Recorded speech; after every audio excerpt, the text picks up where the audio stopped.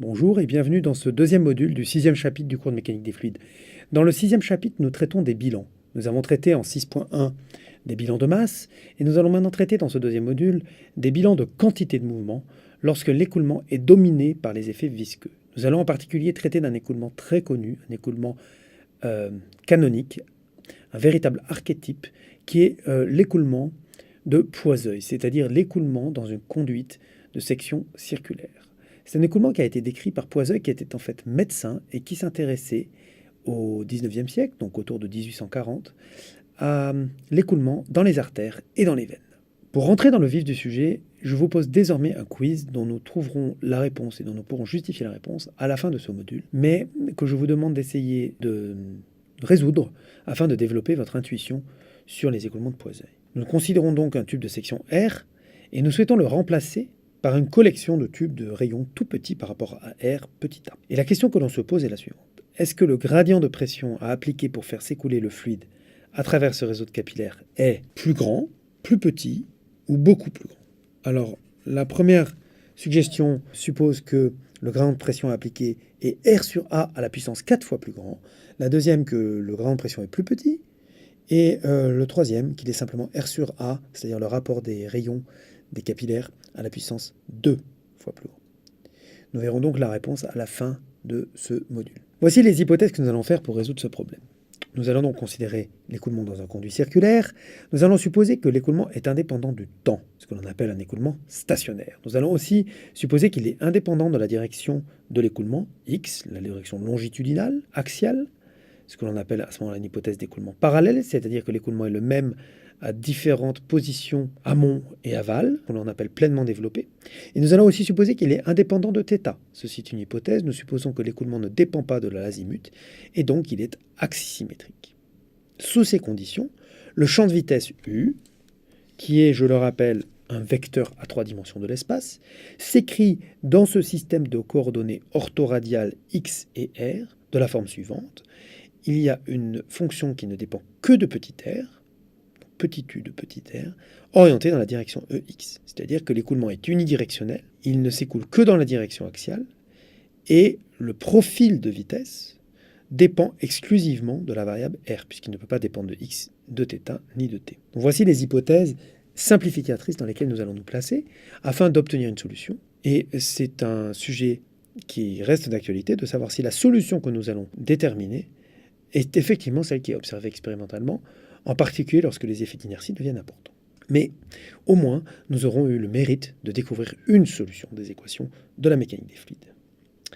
Donc je rappelle que le conduit circulaire a un rayon grand R, et puis nous allons essayer de faire un petit bilan de quantité de mouvement dans le petit cylindre que j'ai représenté ici, qui se situe entre un rayon R et un rayon R plus dr, et entre une position X et une position X plus dx. Donc voici vu en coupe le cylindre annulaire que nous considérons comme notre volume de contrôle, et nous allons regarder quelle force s'exerce sur ce cylindre annulaire de contrôle.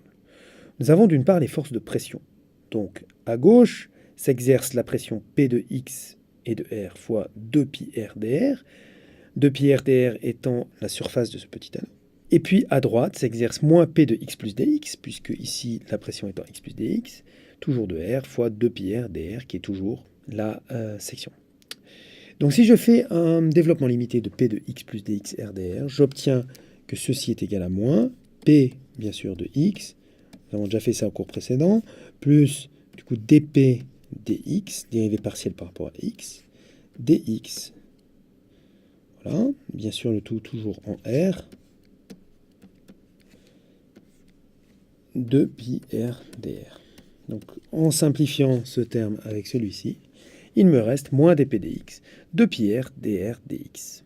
Autre force qui s'exerce, ce sont les forces de cisaillement. Alors, ces forces de cisaillement sont notées sigma xr. Le deuxième indice fait référence à l'orientation de la surface sur laquelle on mesure la force, donc ici la surface supérieure de ce cylindre annulaire, et le x nous indique dans quelle direction s'exerce la force. Donc, c'est donc un élément du tenseur des contraintes, sigma xr. La contrainte sigma xr en R plus dr avec une normale sortante orientée dans la direction R positive, c'est sigma xr en R plus dr fois 2π R plus dr dx qui est en fait la surface du cylindre extérieur, et auquel je dois soustraire moins sigma xr de R de pi r dx. De pi r dx étant la surface du cylindre intérieur, et le signe moins venant simplement de l'orientation de la normale, qui est négative pour le cylindre inférieur. Et donc quand je regarde, toujours par un développement limité, je découvre que la différence de ces deux forces est à peu près 2pi fois la dérivée partielle de R sigma xr sur dr dx. Alors maintenant, nous allons considérer que nous sommes dans un fluide newtonien et nous allons chercher à déterminer ce que vaut sigma xr en fonction du profil de vitesse. Alors, effectivement, cela nous permettra de fermer l'équation et de connaître le lien entre la pression et le champ de vitesse. Donc pour un fluide newtonien unidirectionnel dans un plan cartésien x1, x2, de profil de vitesse u1 de x2, nous savons que la contrainte de cisaillement, sigma 1,2, est égale à eta, où eta est la viscosité dynamique, fois le gradient de la vitesse dans la direction 1 par rapport à la direction 2. Donc du1 sur dx2. Alors, lorsque nous sommes en coordonnées axisymétriques, coordonnées orthoradiales, il se trouve que donc, la formule est à peu près la même. Mais il faut faire attention, cela est un cas particulier, nous ne pouvons pas en tirer de généralité. Lorsque nous sommes dans des systèmes de coordonnées un peu compliqués, il faut avoir recours à un formulaire avant de se convaincre d'une telle formule. Donc sigma xr, la contrainte dans la direction x le long d'une facette orientée par la normale selon r, est égale à eta, viscosité dynamique, multiplié par dux sur dr, gradient de vitesse axiale par rapport à la direction radiale. Je peux donc me permettre ici de remplacer, grâce à ma loi de contrainte visqueuse, sigma xr par eta dux sur dr, ce qui me permet d'arriver à l'équation suivante, que dp sur dx est égal à eta sur r, d sur dr, de r dux dr. J'ai sorti le eta, car là, je suppose la viscosité constante. Donc je l'ai sorti de l'équation différentielle. Voilà la première équation, que l'on appelle aussi équation de Stokes. Maintenant, je vais essayer de déterminer une équation pour savoir quelle est l'évolution du gradient de pression dans la direction radiale. Donc je vais faire un bilan radial. Voici l'élément que je considère, un petit élément de mon cylindre annulaire précédent, compris entre l'angle θ et l'angle θ plus dθ, et compris entre le rayon R et le rayon R plus dr. Alors quelles sont les forces qui s'exercent? D'une part, les forces de pression sur les parois cylindriques. Donc en haut, j'ai moins R plus dr, le moins à cause de l'orientation de la normale, fois P de R plus dr fois dθ. R plus dr dθ étant la longueur de l'arc de cercle considéré. Sur la surface du bas, j'ai une force qui est P de R qui s'applique sur une surface R dθ. Donc légèrement plus petite. Donc si maintenant je fais un développement, vous voyez qu'il faut que je fasse le développement de ce produit, d'accord? Et donc je peux le faire de différentes manières, mais il est assez naturel déjà à ce stade d'écrire que ceci est moins R P de R dθ, qui va se compenser avec l'autre, moins du coup dr P de R dθ, et puis aussi moins R dP sur dr, en R dr dθ, plus des termes plus petits, et bien sûr plus le R de P de R dθ. Ceci se compense avec cela, et voilà ce qui me reste. Maintenant, j'ai d'autres forces qui s'exercent en fait sur les parois latérales. Sur ces parois latérales, j'ai simplement deux fois la pression, P de R, qui joue sur une surface dr et qui est projetée selon la verticale en multipliant par dθ sur 2. D'accord ? Cela vient bien entendu de cet angle ici, qui est en fait θ sur 2, et dont je suppose que le sinus est à peu près égal, bien entendu, à la valeur, puisque dθ est très petit. Donc voilà comment j'obtiens la contribution, qui est une contribution positive dans la direction radiale, de la force de pression. Donc si maintenant j'ajoute toutes ces forces, je vous rappelle qu'on avait trouvé ici une force qui était en fait moins dr P de R dθ, et puis moins R dPdR en R dr dθ, et que j'ajoute ici, ceci se compense parfaitement. Il me reste donc la loi suivante, dP sur dr est égal à 0. Ce qui signifie que dans l'écoulement de Poiseuil, la pression ne dépend pas de la coordonnée radiale. En fait, la pression va dépendre de la coordonnée axiale. Elle ne dépendra x, elle ne dépendra bien entendu pas de θ, c'est une hypothèse, mais elle ne dépend pas non plus de la coordonnée radiale r. Fort de cette hypothèse, nous pouvons donc maintenant intégrer cette équation. Nous avons à gauche une dérivée droite, désormais, j'ai mis ici un d droit. Ce d droit signifie que p ne dépend que de x, ce n'est plus une dérivée partielle, c'est une dérivée usuelle, donc dp sur dx. Et à droite, nous avons l'expression état sur r, et puis une dérivée toujours usuelle aussi, puisque ux ne dépend que de r, du produit r dux sur dr. Alors, comme la fonction de gauche dépend de x et que la fonction de droite dépend exclusivement de r, pour qu'une fonction de x et une fonction de r soient égales alors que x et r sont indépendants, la seule possibilité est que ces deux fonctions soient égales à une constante que je note g. Ce g, qui est en fait un gradient de pression, a justement l'échelle, par exemple, d'un différentiel de pression, et puis divisé par une longueur. C'est un gradient de pression. Donc maintenant, je peux intégrer l'équation. J'intègre une première fois. J'écris simplement, donc c'est un calcul un tout petit peu technique, j'écris que d de ER de R dux sur dr est simplement égal à G R sur état. Donc en intégrant une première fois, j'obtiens que R dux sur dr est égal à une primitive de GR sur état, c'est-à-dire GR carré sur 2 états, plus une constante. Je divise par R et j'obtiens donc que dux sur dr est simplement égal à GR sur 2 états plus A sur R. Très bien. Donc nous sommes arrivés à ce premier résultat. Ensuite, j'utilise les conditions aux limites qui vont être que U de x en R est égal à 0, d'une part, et d'autre part une condition de symétrie sur l'axe. Puisque Ux est une fonction naturellement paire, puisqu'elle est formulée en coordonnées orthoradiales, donc R est par définition positive, puisque cette fonction est paire, cela signifie que sa dérivée est impaire, donc dux dr en R égale à 0 est égal à 0. Ainsi, naturellement, si j'applique cette formule en 0, j'obtiens que d de ux sur dr en R égale 0 est égal à 0 plus A sur 0, que je mets entre guillemets car ça diverge. Si je veux que ceci soit égal à 0, cela implique naturellement que A est égal à 0. Donc à partir de là, il me reste finalement à intégrer cette équation-ci, ce qui n'est pas très difficile. Je trouve que Ux, du coup, est égal à une primitive, c'est-à-dire GR carré sur 4 états, plus une nouvelle constante que je pourrais appeler B. Alors je choisis cette nouvelle constante B de sorte à ce que la vitesse soit nulle sur le bord, condition d'adhérence, sur la paroi. Et j'obtiens ainsi le profil parabolique qui est Ux est égal à G sur état, G étant le gradient de pression, R carré moins grand R carré sur 4. J'observe donc bien entendu que Ux de grand R est égal à 0, mais j'observe aussi que Ux de 0, c'est-à-dire au centre du conduit circulaire, le long de l'axe, j'ai la valeur suivante, moins G R carré sur 4 états. En conséquence, pour avoir un écoulement positif, pour avoir Ux de 0 positif, je dois avoir que G est négatif. Ce qui signifie que le gradient de pression, donc dP sur dx, doit être négatif.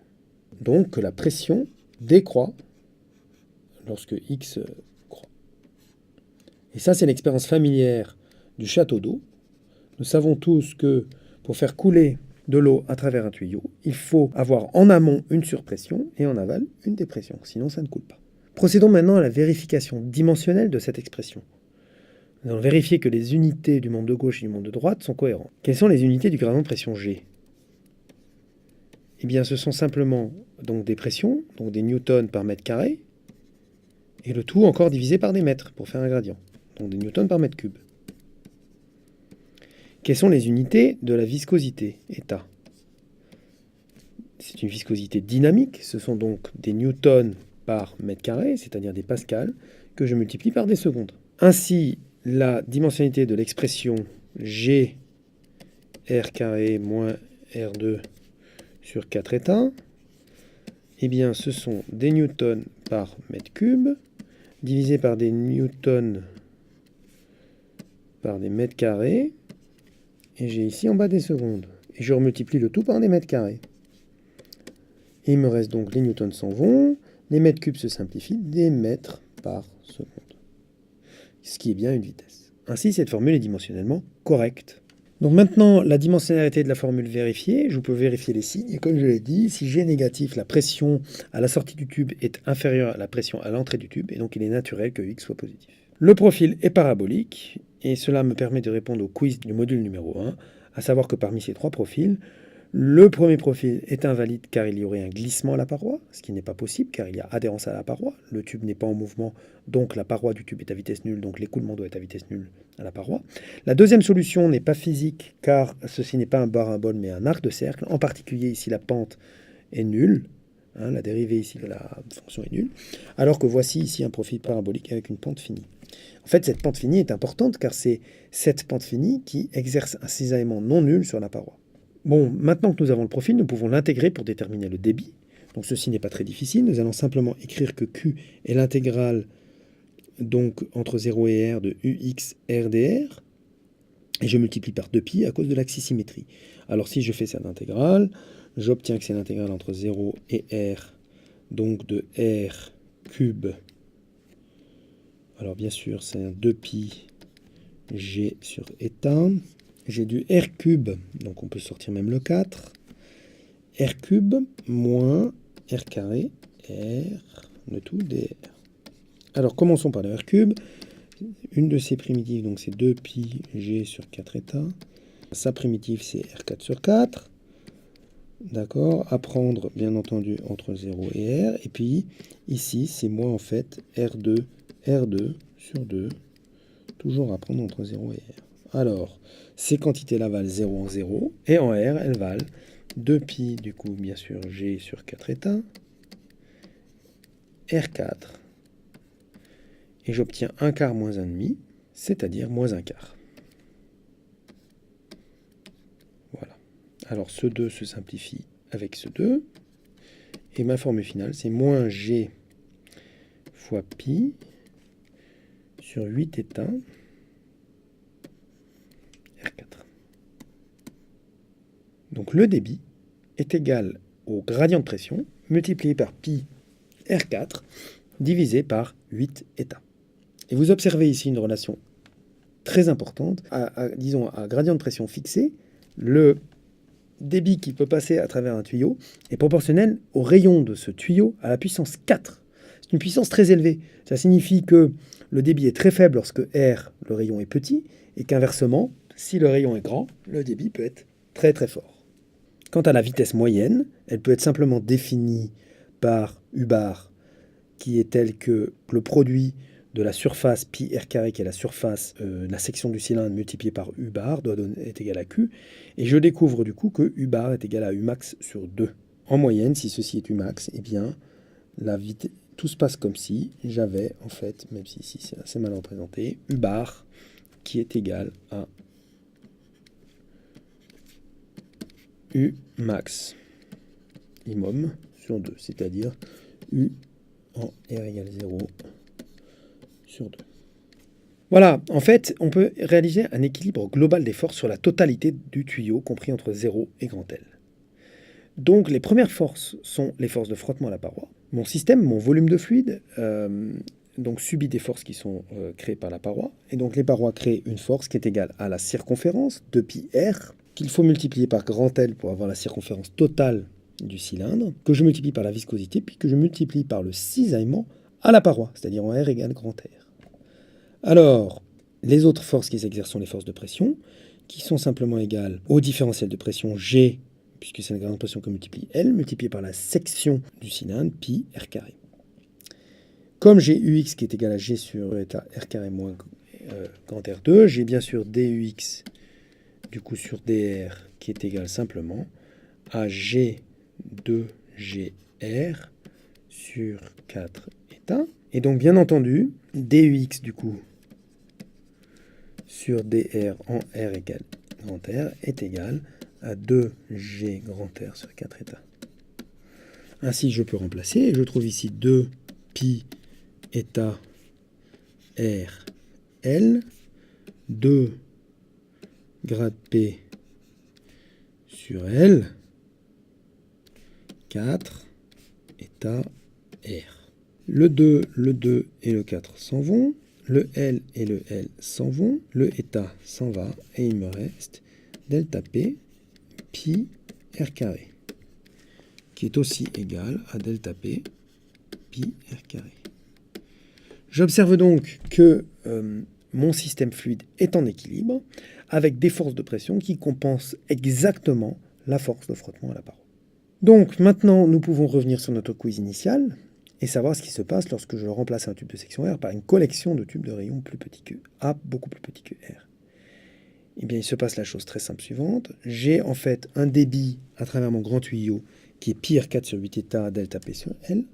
Et j'ai un débit à travers chaque petit tuyau, donc petit Q, qui est le débit à travers chaque petit tuyau de taille A, qui est pi à 4 sur 8 états delta P sur L. Pour avoir égalité des débits, je dois avoir simplement que chaque petit débit est égal au rapport des surfaces, c'est-à-dire A carré sur R carré. En fait, A carré sur R carré, c'est simplement le nombre de tuyaux. Donc j'ai en fait N A carré qui doit être égal à R carré, d'accord? Donc j'ai N fois le petit débit qui doit être égal au grand débit. Donc du coup, comme N est égal à R carré sur A carré, eh bien j'ai Q, petit q, qui est égal à Q sur N, qui est aussi égal à A carré sur R carré, fois Q. Bon, jusque-là, tout va bien. Je remplace, et donc j'obtiens que delta petit p, le gradient de pression, à mettre à travers le réseau de petits capillaires sur L, est donc égal à, je remplace petit q, A carré sur grand R carré grand Q, 8 états sur pi A carré.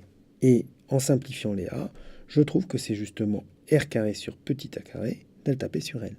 Ainsi, le gradient de pression est beaucoup plus grand, et c'est normal car les forces de frottement sont beaucoup plus fortes, car les gradients sont beaucoup plus forts, car les gradients s'effectuent sur des distances beaucoup plus courtes, petit a à la place de grand R.